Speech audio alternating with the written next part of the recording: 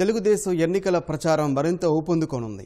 ముస్లింలు ఎక్కువగా ఉన్న రాయలసీమలోని పలు నియోజకవర్గాల్లో నేడు చంద్రబాబు నిర్వహించనున్న ప్రచారంలో నేషనల్ కాన్ఫరెన్స్ అధినేత ఫరూక్ అబ్దుల్లా పాల్గొంటారు. రాబోయే రోజుల్లో మరికొందరు జాతీయ నేతలు సీఎం సభల్లో పాల్గొనే అవకాశం ఉంది.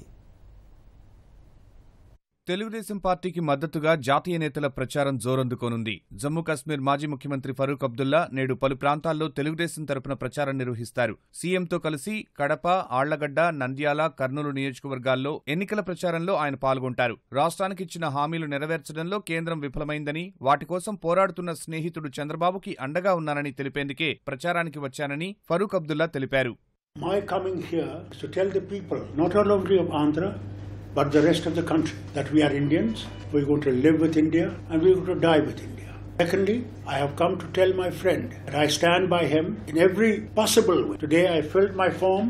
Immediately I had my party meeting. I left the party meeting.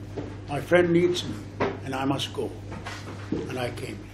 రాబోయే రోజుల్లో మరికొందరు జాతీయ నాయకులు తెలుగుదేశం తరపున ప్రచారం చేస్తారు. ఈ నెల 28వ తేదీన బెజవాడలో జరిగే సభకు ఢిల్లీ సీఎం అరవింద్ కేజ్రీవాల్ హాజరవుతారు. విశాఖలో 31వ తేదీన నిర్వహించే ప్రచారంలో మమతా బెనర్జీ, కేజ్రీవాల్ పాల్గొంటారు. ఏప్రిల్ 2వ తేదీన తేజస్వి యాదవ్ నెల్లూరులో ప్రచారం చేయనున్నారు. అనంతపురం, కర్నూలులో మాజీ ప్రధాని దేవేగౌడ ప్రచారం నిర్వహించే అవకాశం ఉంది.